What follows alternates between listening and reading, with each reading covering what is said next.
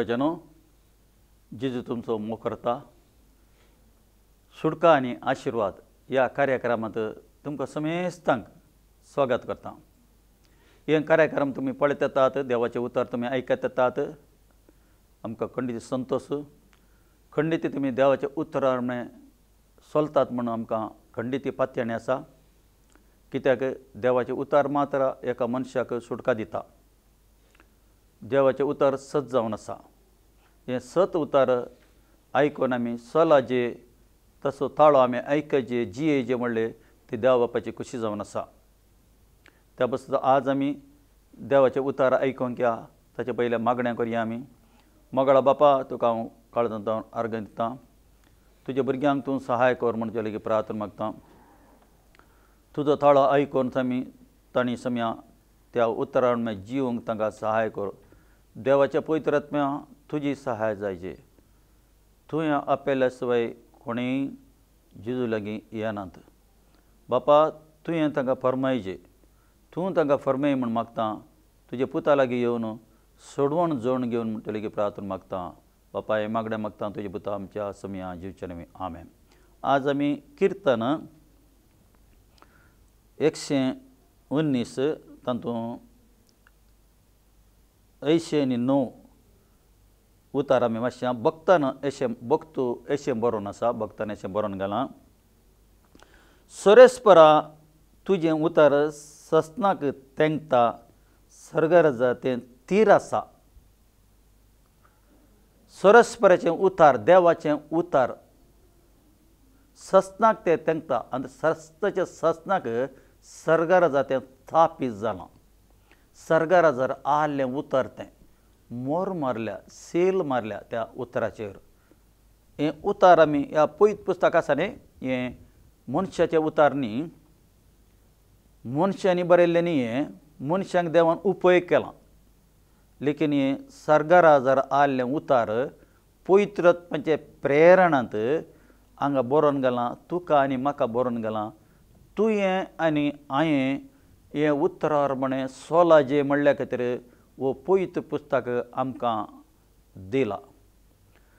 पवित्र पुस्तकांत आहलें उतर सत जावन आसा. कहली कथ आनी ही सत हें वाचून आमी समजून घेवचें, आमची सुखी वळखाची म्हूण. त्या बसत ह्या पवित्र पुस्तकांत थोडे भक्त आसात, तांचे सुखी बरयल्यात. इवन अब्राहमान केल्ले सुखी हातूंत आसात. अब्राहमान केल्ले सुखी बरोवन घाल्यात तातूंत. कित्याक अळे ताणें अशी सुखी केल्या म्हूण तूं करिनाका म्हूण. मोजेन केल्ली सूख बरोवन घाल्या. हांगा अशी सूख केल्ली ताणें म्हूण रागार उलयलो तो म्हूण. सूख केल्या तूं करिनाका म्हूण. मोजेक लोकांचे विशयन थोडवून जावन जिश्टाप जालो तो. तांणी पुरपुरतना त्या उदका खातीर लोक पुरपुरलो. इजिप्तांतल्यान येतना इस्रायल लोक देवान म्हळें, तूं ह्या पत्र्याक उलय, उदक येता. लेकीन आनी हांचे करकर आयकून तांकां नासतना तो गलिबिली जावन ताणें रागान पत्राक ताच्या बेतकाटींत मारलें. उदक आयलें.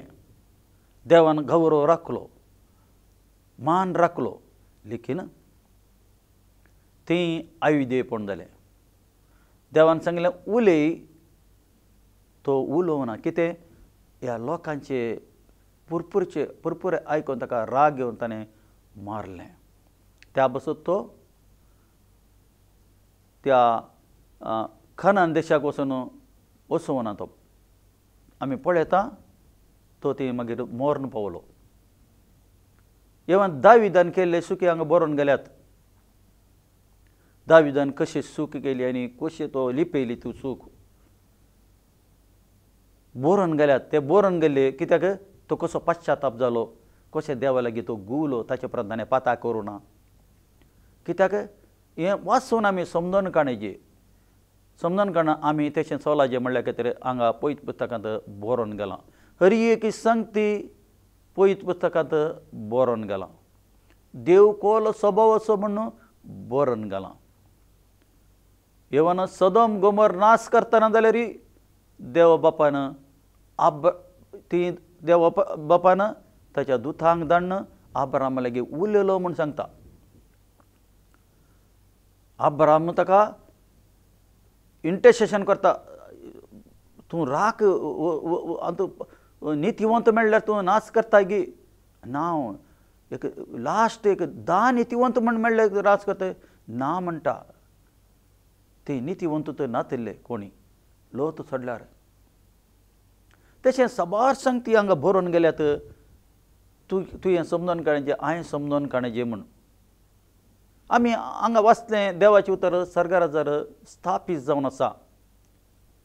हांगा 105 किर्तन म्हणटा हांगा, तुजें उतर म्हज्या पावल्याक दिवो जावन आसा. देवाचें उतर म्हज्या पावल्याक दिवो जावन आसा तें, आनी उजवाड म्हजे वाटेक म्हणटा. म्हजी वाट वतना आमकां तें उजवाड जावन आसा देवाचें उतार. आदी म्हाका उतार आसलें देव बापा लागीं, उतार देवा ती आसलें, तेंत उतार संवसाराक मनीस जावन आयलें, तेंत जावन आसा जेजू क्रिस्त जावन आसा. तें उतार, त्या उतरांत तें जीव आसलो. आज तत्तो जीव तुजे की म्हजे ती जायजे, तत्तो उजवाड तुका म्हाका जायजे. सोलाचे जाल्यार उजवाडान सोलाचे जाल्यार आमकां तो उजवाड जायजे. मोगाच्या न्हू खोल उजवाडा विशयांत देव उलयता. 2 जेजू ह्या संवसारांत एक आत्मीक उजवाड आसा, एक आत्मीक काळोख आसा. आमी उत्पत्ती ग्रंथ 1 काण वाचल्यार आमकां कळटा, ह्या संवसारांत फुल्ल काळोख आसलो, फुल्ल उदक आसलें. ह्या संवसाराक आकार तर नासलें, आकार म्हणलें नासलें, लेकीन देव बाप उलयलो म्हणटा.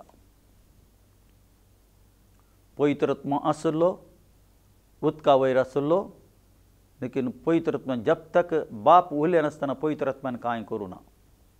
फुल्ल काळोख प्रत्येक केलो समयान, कित्याक उजवाडा काळोखाक उजवाडा सांगात चलो नजो म्हणून. काळोख सपरेट केलो, उजवाड सपरेट जालो. देव उलयलो, तो शब्द उलयलो. उलयतना ती काम करूंक स्टार्ट जालें, पवित्रात्म्यान काम केलें, ती सपरेट जालो. आत्मीक उजवाड मेन जाल्लें ती आत्मीक काम. मागीर पुरा, मागीर सूर्य चंद्र, राती खातीर चंद्र, उजवाडा खातीर सूर्य, नक्षत्रां, वनस्पती पुरा, झाडां, गुडे, उदक, मसली, जिवी सगळीं देवान रचली. मनशा खातीर रचली, मनशाक ताच्या सारक्या ताच्या स्वरुपाचेर रचलें म्हूण देवाचें उतर सांगता. ताच्या सारक्या आनी ताच्या स्वरुपाचेर ताच्या स्वभावाचेर रचलें म्हूण सांगता.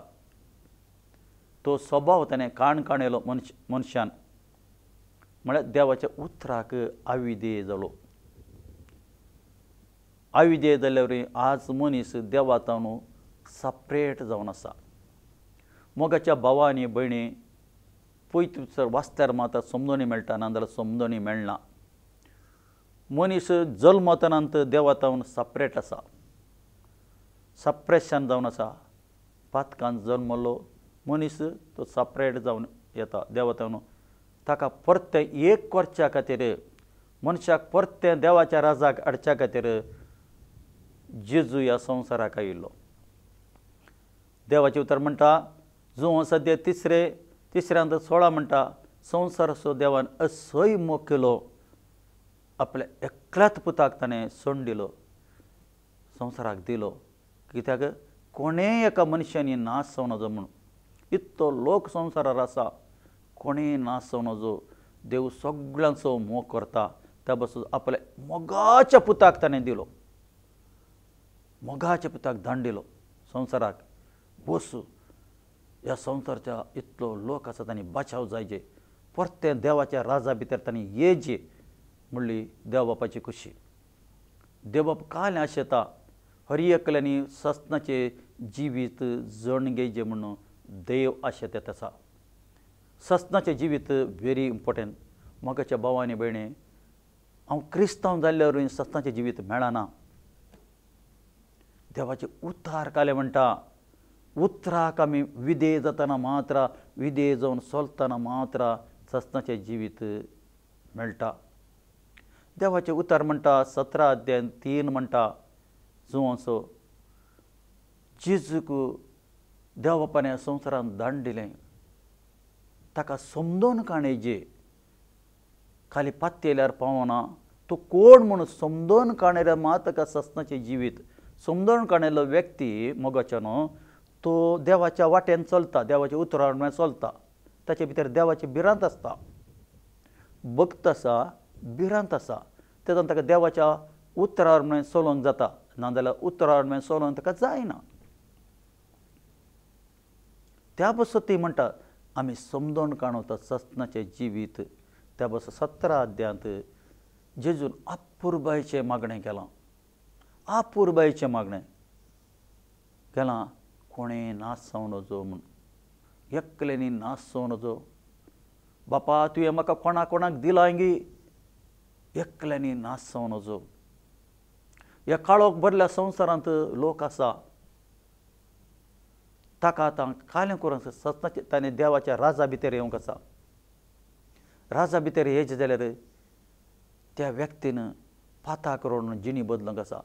जेजू लागीं येतना, जेजूच्या क्रुसा लागीं येतना, तो क्रुसाचो संदेश ताणें आयकतना, जेजून क्रुसार कालें केल्लें, केदो व्हडलो त्याग केला, ताका समजोवन काणतना, ती मेसेज ताणें आयकतना ताका भितरल्यान ताणें पाश्चाताप, पवित्रत्व पाश्चाताप दिता. तूं एक पातकी जावन आसाय, देवातान तूं पयस आसाय, तुका आतां जेजू जायचे.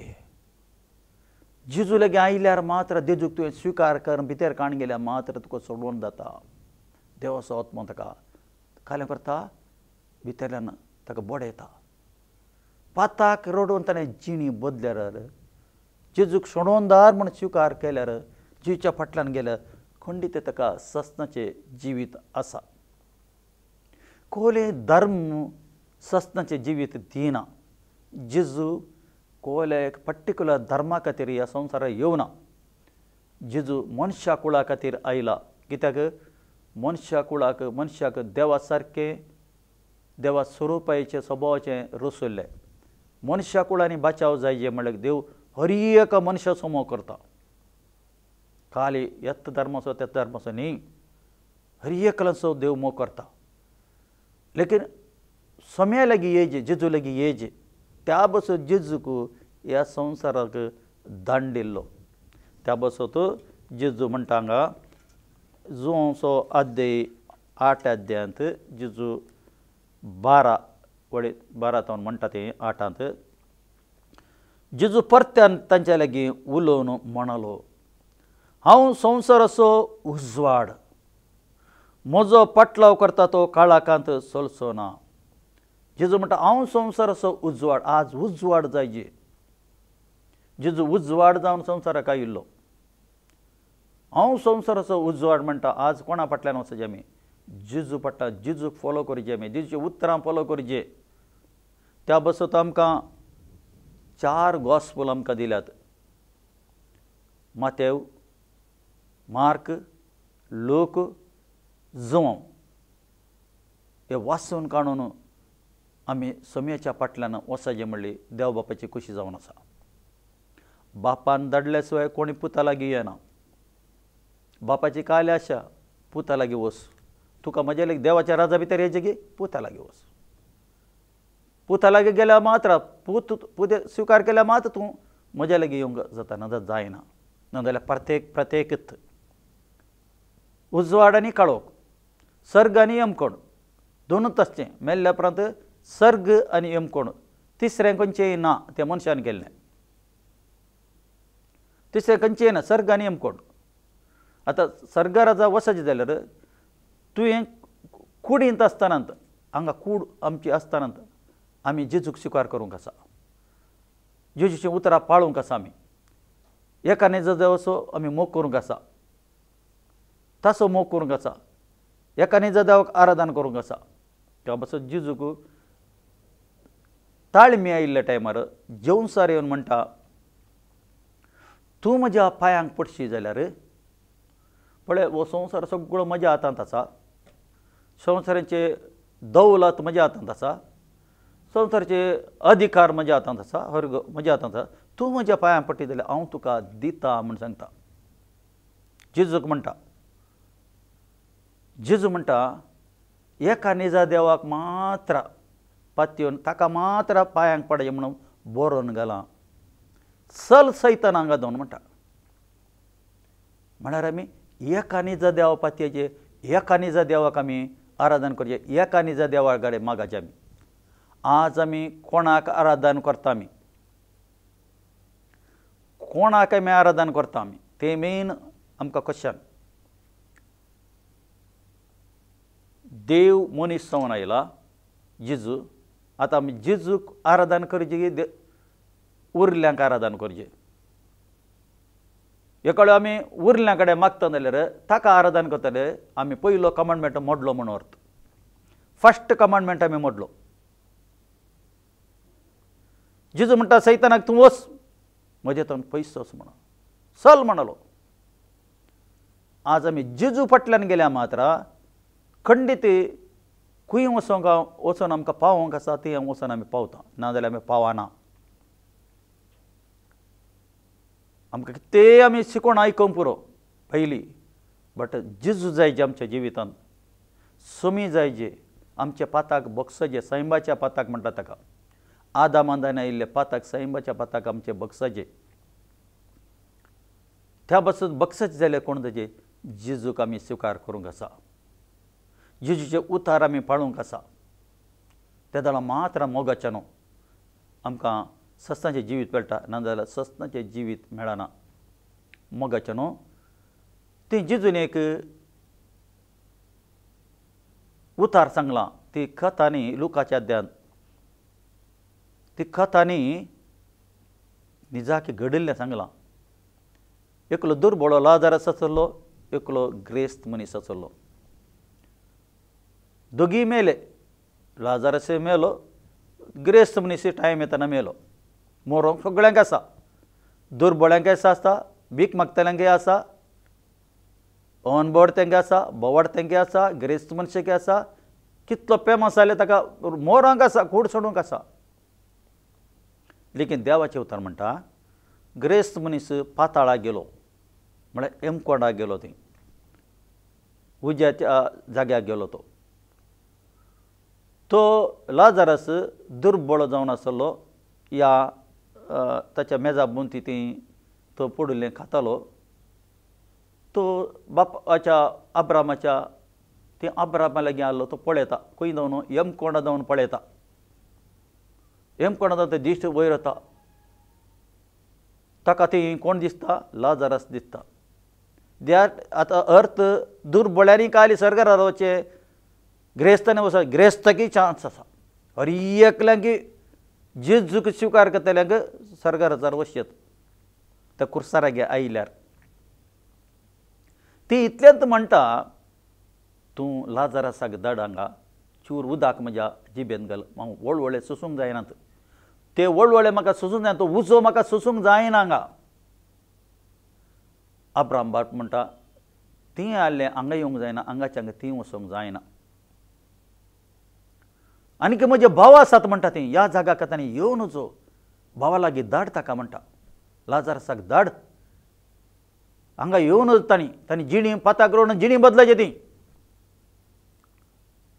अब्राम बाप म्हणटा पुता ती पयत पुस्तक आसा प्रवादी आसात पयत पुस्तक वाचून ह्या प्रवादाचें आयकून तांणी पाळून ते जाणां त्या जाग्यार येनात एकलो मेल्लो मनीस गेल्यार ते पाती येनात सकयल जावन काले म्हणटा तो हांगा येवन वचो कडेन म्हणटा संदेश दिता आसा लोकांक ती जावन तो संदेश दिता लोकांक हांगा येवन वचो म्हजे बिरी जीवन वचो म्हणून तो ती जावन सांगता एमकोंड जावन हांगा कोणें येवन वचो म्हणटा वो जागो बरो न्ही म्हणटा देव काले आशेता कोणेय ती वचो नजो म्हण देव येता एकोडे एक व्यक्ती यमकडे वता जाल्यार ताची चॉयस ते बरे वायटाची समजणी ताका दिल्या ती जेजू फाटल्यान वचेत या दुसऱ्या लागी फाटल्यान ती वचेत आज लोक जेजू फाटल्यान वता दुसऱ्या लागी वता आमचें बरेपण मेळच्या खातीर आस्त बुद्धीक मेळच्या खातीर कामां जावच्या खातीर कितें अडचण येतना लोक वाट चुकोवन खंय खंय वता कळोवंकूच कळना बिलकुल कळना पळोवंक बरें आसात पळोवंक पुरो भक्तीपणान तुजें येता देवाचें उतार काले म्हणटा जेजू संवसाराक उजवाड जावन आसा हांगा उतार काले म्हणटा म्हजो पाटलाव करता तो काळोखांत चलचो ना पूण ताका जिविताचो उजवाड आसतलो जिविताचो उजवाड जेजू जावन आसा मोगाच्यान जेजू जिविताचो उजवाड वय जेजू लागीं येतना एक तुका पिडा आसा गे तूं समस्या खंडीत तूं गूण करता हांगा पळयत पुस्तकां वाचतना कळटा आमकां थोंटे आयले दिदून थोंट्याक पांय गूण केलो कुड्ड्यांक दिश्ट दिली केप्प्यांक केप्पे उलोवचें बरें केलें मोने उलयले कोटकार बरें जाले जेवणसार सुटलो मेल्ले जिवन जाले जेजू लागीं आयले कितली मराक्कलां जालीं जेजू लागीं आयली 5 जुडे मसले 5,000 लोकां वांटले उदक काडलें द्राक्ष रसा केलो वायन केलें जेजून जायतीं अजापां केलीं ती ह्या संवसारांत नासतना मात्र अजापां ही अजापां थंय वचोंक जायना ही अजापां जाल्ली हांगा काडून थंय वचोंक जायना थंय तुजें भितर अजाप जायचें भितर परिवर्तन जायचें ट्रान्सफॉर्मेशन भितर जायचें भितर परिवर्तन आमी जायचें कितली आस्त आसूंक पुरो ती ताका व्हरून पावना जेजून सबार ओपारी सांगल्यात आस्त आयल्ल्यांक सांगल्यात हांगा ओपारी सांगल्यात जेजून सांगलां जायतल्या ओपारी थ्रू जेजू उलयला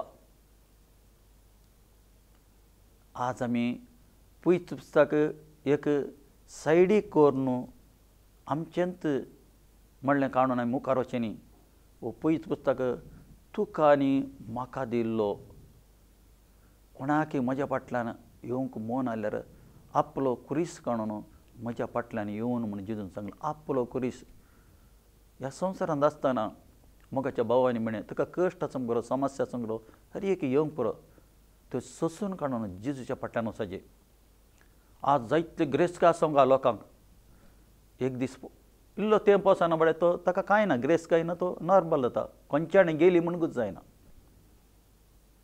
खंयच्यान गेली म्हणूंकूच जायना कित्याक कितें संवसारी जावन ताका मेळना मनशां जावन ताका मेळना तें इल्ल्या मट्टाक लेकीन देवा जावन कितें मेळना तें सस्ताच्या जिविताक कोण फावयता त्या बसो जेजू म्हणटा हांगा पुंजे नाका तुमी म्हणटा तसो अर्थ हांगा नाका म्हणणे हांगा तुका दिसवडचो ग्रास जाय जाल्यार हर एक जायजे तुका काम जायजें तुका बिजनेस कितें करता जायजें हांगा जायजें नाका म्हण सांगना तुका घरा जेवंक खावंक न्हेसोंक हर एक जायजें घर जायजें ना म्हण सांग हर एक जायजें बट लेखावर ते आशे भितरल्यान स्वार्थ हांव म्हजी भुरगीं म्हजी बायल म्हजी आस्त म्हाका म्हाका म्हाका म्हाका हांगा पुंजयताय तूं हांगा सोर येता कर्नां घालता म्हणून देवाचें उतर सांगता सोरता नाश जावन वता तुमी हांगा कोयली वचतर इल्ले तेंपा मदीं वाळयता ते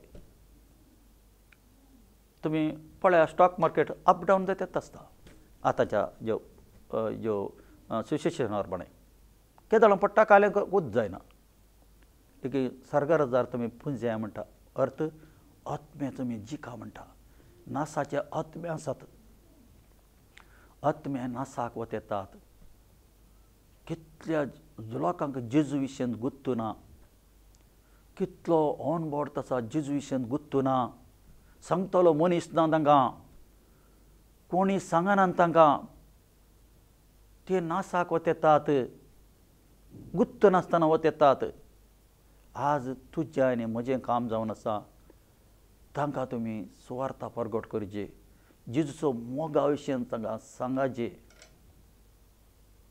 जेजू म्हळ्यार कोण म्हूण सांगाचे एकलो भक्तू तो भक्तू तसो वो भक्तू हे तुमी ताचे विशयी वतले जाल्यार जेजू विशयी तांकां कळना ते तो देव म्हूण चिंतात ते तुवें डब्बो धरल्या ती एक कणीक घालतात वतात ते वो देव म्हूण देवा कडेन मागले म्हणटात जेजू विशयी तुवें सांगाचे जेजू कोण जावन आसा जेजू कित्याक ह्या संवसाराक आयलो जेजून कुर्सार कालें केलें तो मोर्न पुनर्तन कसो जालो हें पुरा सुवार्ता तुवें ताका सांगाचें तुका आनी म्हाका हांगा दवरलां त्या जाणा तुवें एक आत्म जिखल्यार सर्गाराजार तुवें पुंजयल्ल्या बरी जालें एक पातकी देवा लागीं घुवल्यार सर्गाराजार हो व्हडलें एक फेस्त जाता म्हूण देवाचें उतर सांगता आज तुजी आनी म्हजी जबाबदारी जावन आसा आमी सुवार्ता सांगाचे नाजाल्यार दिंबी घालून मागाचे बापा लागीं मागाचें कोणाचें नांव जेजूच्या नांवार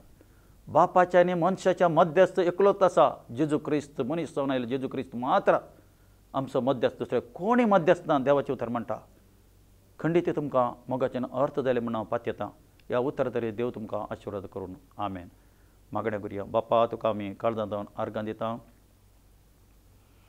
ह्या वेळ घडये खातीर आर्गां तूं तुज्या लोकां लागीं तुज्या भुरग्यां लागीं तूं उलयलें उतर आयकून त्या उतरान मागीर चलोवंक तांकां सहाय करूं देवाच्या पवित्र मदतदारा तूं मदत कर म्हूण तुजे लेगीत प्रार्थना मागता ह्या संवसारांत जियेतना समया जेजू ह्या संवसाराच्या अधिपतीन ही सत समजून काडूं म्हणून मोती बांदून गेल्यात ती मोत ओपन कर समया आनी जेजूच्या फाटल्यान वचूंक सहाय कर म्हूण तुजे लेगीत प्रार्थना विनंती कर मागता समया जेजू तुजो हातांचेर देंवन न्हू हाच्या कुटुंबाचेर देंवन समया तुजो हात समया तुजी कृपा हांगासर आयल्ल्या खातीर अर्घ दिता तुज्या लोकांचेर समया एकल्यांनी नाश जावन जो सगळ्यांनी सस्तां जिवीत जडीचें म्हणलें तुजी खुशी जावन आसा आज समया तूं तांकां चलय बापाचे पुताचे पवित्र नांवान आशिर्वाद करता समया ही लोक आशिर्वाद जावन मागता समया जेजू बापा आमचे मागणें आयकल्या अर्घ दिता आन्सर दिल्ल्या अर्घ दिता बापा हे मागणें मागता तुजे पुता आमच्या समया जेजूच्या नांवान आमेन तुमकां समेस्त हे कार्यक्रम पळयल्याक देव बरें करूं आमेन